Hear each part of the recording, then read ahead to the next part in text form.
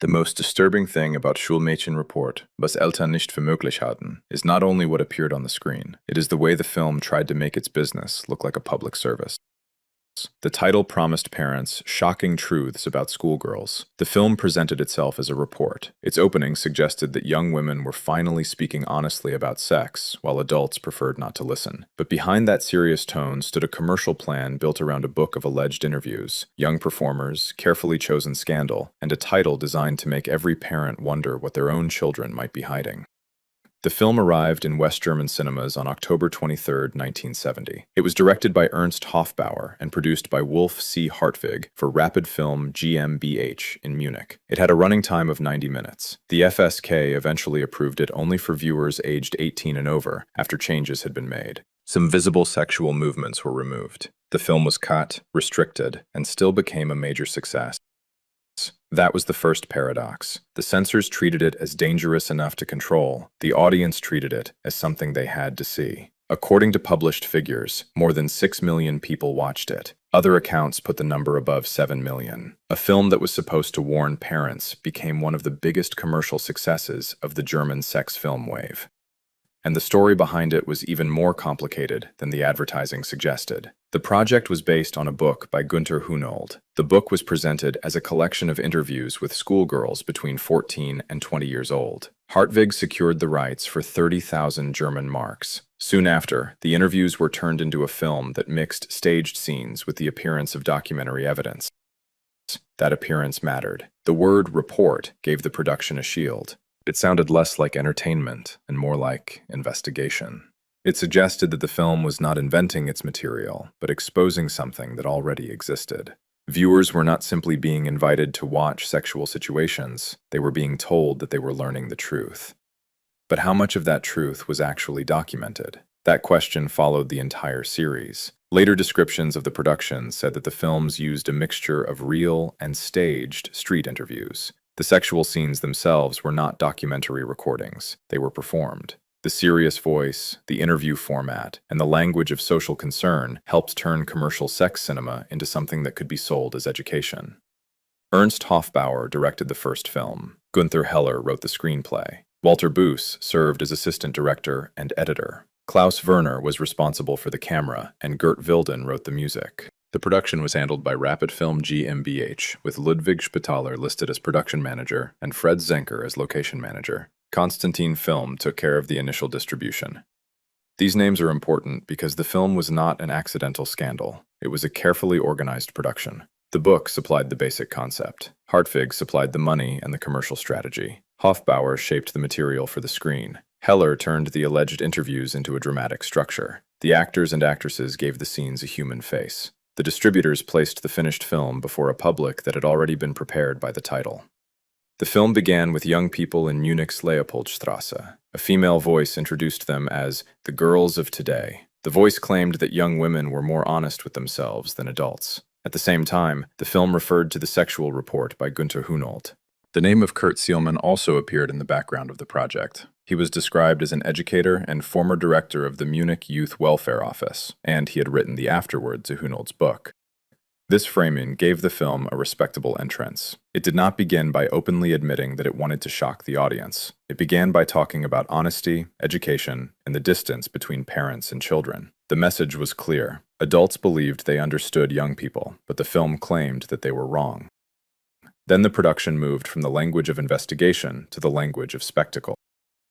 The cast included Günther Kieslich as Dr. Bernauer, Wolf Hanisch as the school principal, and Friedrich von Thun as the reporter. Alexander Miller played Axel, Gernot Möhne played Theo, and Karl-Heinz Otto was credited as the rapist. Franziska Stemmer played Claudia's mother. Tonio von der Meyden appeared as Kaplan Reitmeier. Lisa Fitz played Suzanne, and Claudia Höll played Lilo. The presence of the reporter was especially useful to the structure. He helped connect separate episodes and made the film look as if someone were collecting evidence. Instead of presenting one continuous story, the film could move from one case to another. Each episode became another example. Each example strengthened the promise contained in the title. Parents were supposedly about to see things they could not imagine. The formula created a constant movement between warning and temptation. The film could claim that it was exposing social problems, while its advertising and subject matter attracted viewers who came for the forbidden material. It could speak about the danger of adult ignorance, and at the same time use the image of schoolgirls as its central selling point. That tension was not hidden. It was the engine of the project. Wolf sees. Hartwig understood that the word report could make a commercial film appear more serious. The production did not need to prove every story in a legal or academic sense. It needed to create the feeling that the audience was being allowed to see behind closed doors. The title did much of the work. It placed parents, schoolgirls, and secrets in the same sentence. The young actresses became part of that strategy. Later accounts described Hartwig's casting process for the wider series. He personally looked for young women who could appear to be 16 or younger. Some were recruited among workers in Berlin department stores. One published account quoted Hartwig saying that a saleswoman earned around 600 marks a month, while his production offered 500 marks for a day of work. That detail reveals the economic side of the scandal. The film did not only depend on a controversial idea, it depended on a labor market in which a single day on a film set could offer almost as much as a young saleswoman might earn in a month. The production used the appearance of youth as a central part of its commercial identity, and the payment system helped make that appearance available to the camera.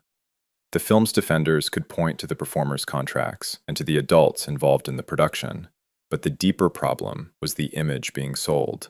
The films were marketed around girls who were supposed to look very young, while the audience was invited to imagine that the stories revealed what schoolgirls were secretly doing.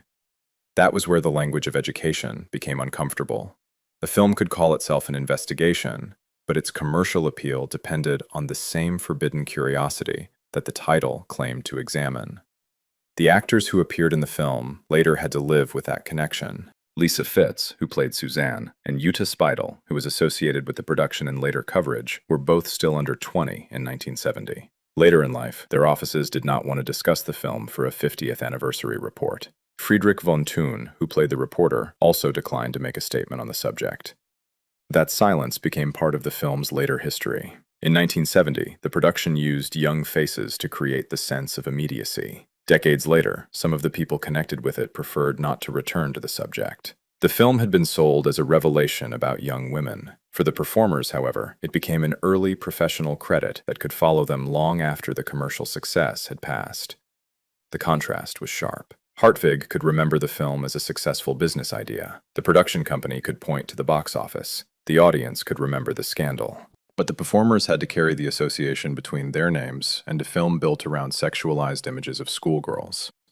The production also relied on a careful balance between showing and not showing. The FSK examination on October 6, 1970, gave the film an 18 and over rating and classified it as not free from holiday restrictions. A further examination was recorded on October 23rd. The censorship process removed visible sexual movements, but the basic structure survived. This was not a complete rejection. The film was restricted rather than destroyed. The result was commercially useful. The certificate created a boundary, and the boundary created curiosity. Adults were told that the film was not suitable for younger viewers. That warning also told them that the film contained material the authorities considered serious enough to limit. The restriction did not end the story. It became part of the promotion. A film about parents who supposedly did not know what was happening among young people now had another layer of forbidden knowledge. The audience knew that the authorities had examined it. They knew that changes had been made. They knew that the film had been allowed to continue after those changes. The censorship itself became evidence that the subject was dangerous. This was the first major cycle in the film's story. The producers presented the material as education. The censors cut it as a threat. The audience came in large numbers. The commercial result made the scandal look like a victory. Then the next problem appeared. If the film was truly a report, where were the reports? If the stories came from real interviews, how much had been checked? If the scenes were staged, why were they presented with the authority of documentary testimony? The project never needed to answer those questions completely. The title and the format allowed the audience to move from doubt back to curiosity. Every question about authenticity created another reason to watch. Every claim that the film was merely commercial made the subject appear even more forbidden. The name of Gunther Hunold stood at the center of this arrangement. His book supplied the source material, or at least the source the film claimed to use. The rights cost Hartwig 30,000 German marks. That purchase transformed a set of alleged interviews into a product that could travel from publishing to cinema.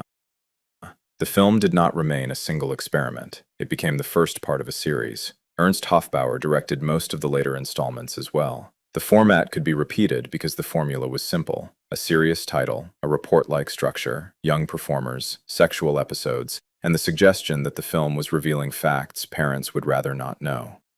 The first film therefore mattered not only because of its own scenes. It established the commercial language of the entire series. It showed that a sex film could borrow the authority of a social report, and that a scandal could be packaged as a warning. That strategy was later described in especially harsh terms. Critics and journalists argued that the films were less concerned with education than with voyeurism. They compared the series with the more openly educational films of Oswald Kola and concluded that the Schulmädchen-Report films served a different purpose. The language of social concern was there, but the central attraction was the act of looking.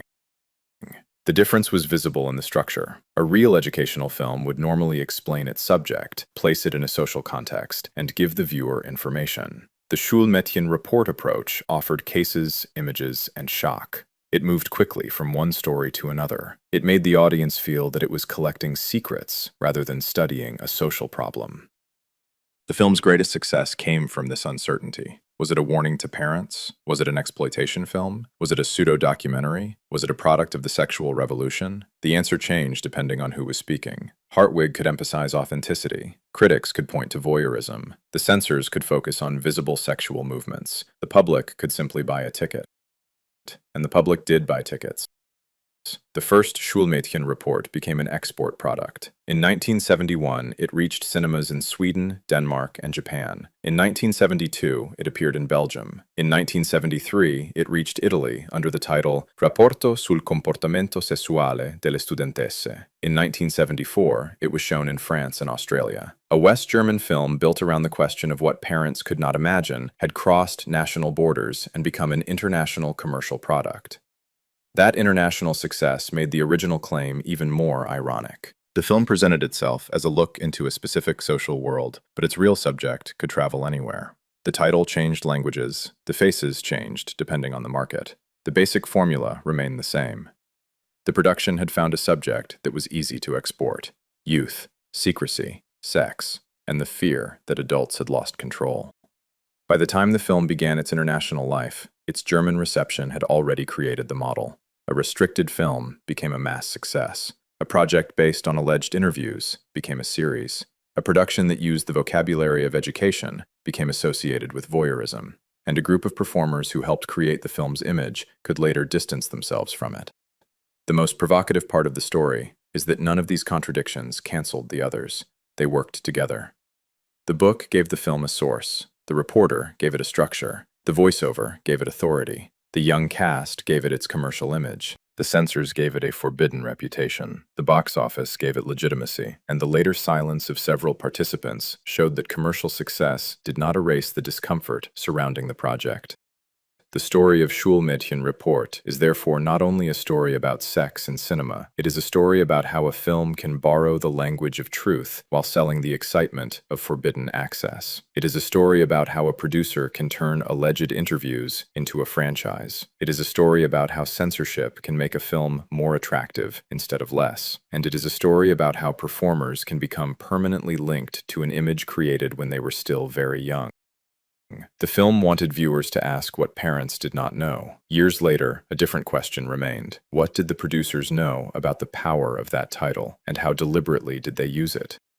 The answer is visible in the production itself. Hartwig bought the rights. Hofbauer directed. Heller wrote. Rapid Film organized the work. Constantine Film distributed it. The FSK examined and restricted it. Millions went to see it. This was not a spontaneous eruption of scandal. It was a chain of decisions made by named people and companies.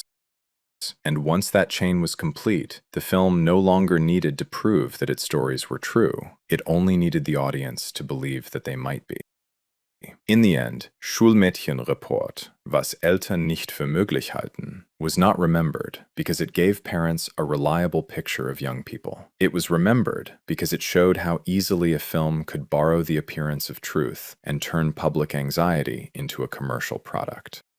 The film began with a book by Günther Hunold, alleged interviews, and the promise that young women were saying what adults did not want to hear. Wolf C. Hartwig bought the rights for 30,000 German marks and built the project through Rapid Film GmbH in Munich. Ernst Hofbauer directed it. Günther Heller wrote the screenplay. Walter Boos worked as assistant director and editor. Klaus Werner operated the camera, and Gert Wilden wrote the music. Constantine Film brought the film into cinemas. Every part of the production helped create the same impression. The reporter, played by Friedrich von Thun, gave the story a documentary frame. Günther Kieslich as Dr. Bernauer, Wolf Harnisch as the school principal, Franziska Stomer as Claudia's mother, Antonio von der Meeden as Kaplan Reitmeier connected the episodes with medicine, school, family, and religion. Lisa Fitz as Suzanne and Claudia Hull as Lilo represented the young women around whom the film built its shock. But the film's strongest claim was never fully secure. The source material was presented as interviews, while later accounts described the production as a mixture of staged scenes and partly genuine, partly arranged street interviews. The film used the language of investigation, but its structure depended on carefully selected situations and the visual appeal of youth. It asked the audience to believe that it was seeing reality, even when it was watching a performance. The FSK gave the film an adults-only certificate after changes. Visible sexual movements were removed, and the film was still released on October 23, 1970. The restrictions did not destroy its appeal. They strengthened the feeling that the film contained something forbidden. More than 6 million people watched it, according to one set of figures. Other accounts give a number above 7 million. That success changed the project from one controversial film into a repeatable formula. The first part led to further Schulmädchen-Report films and related productions such as Lehrmädchen-Report and Hausfrauen-Report. The formula could be moved to different countries and later to television because it depended on a simple promise. Someone was about to reveal what respectable society preferred to hide. The later history also showed that commercial success did not settle the ethical questions. Reports described Hartwig searching for girls who looked 16 or younger and offering a day's pay that could approach a young saleswoman's monthly income. The production needed youth as an image, and that image became part of the business model. Years later, Friedrich von Thun declined to comment on the film, while the offices of Lisa Fitz and Jutta Speidel also preferred not to discuss their early connection with it.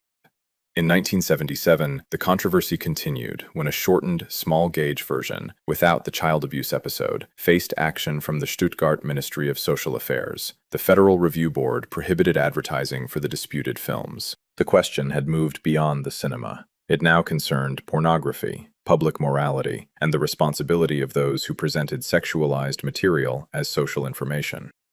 The film's legacy is therefore not a story of simple courage or simple corruption. It was made during a period when West German society was questioning old restrictions, but the production turned that change into an attraction. It offered the language of openness while relying on secrecy, shock, and voyeurism. It claimed to expose the world of young women, but it was controlled by adult producers, writers, directors, distributors, and censors. That contradiction is what made the film powerful and troubling at the same time. Hartwig discovered that a sex film could sell more successfully when it pretended to be a warning. Hofbauer shaped that idea into a feature film. The cast gave it recognizable faces. The censors gave it an official boundary. The public gave it a mass audience. What remained after the scandal was not proof that the stories were typical. What remained was proof that the method worked. A title could create fear. A report format could create trust. A restriction could create curiosity, and a production built around alleged interviews could become an international commercial success without ever fully proving the reality behind its claims. That is why the film still attracts attention. Not because it tells parents what they once failed to understand, but because it shows how entertainment can use the appearance of truth to sell access to the private and the forbidden. In 1970, Schulmädchen-Report entered cinemas as a film about what parents could not imagine. Its own production revealed something else, what producers, distributors, and audiences were willing to accept when scandal was packaged as information. If this story surprised you, leave a like and subscribe to the channel. More films have a respectable title on the outside and a completely different story behind the camera.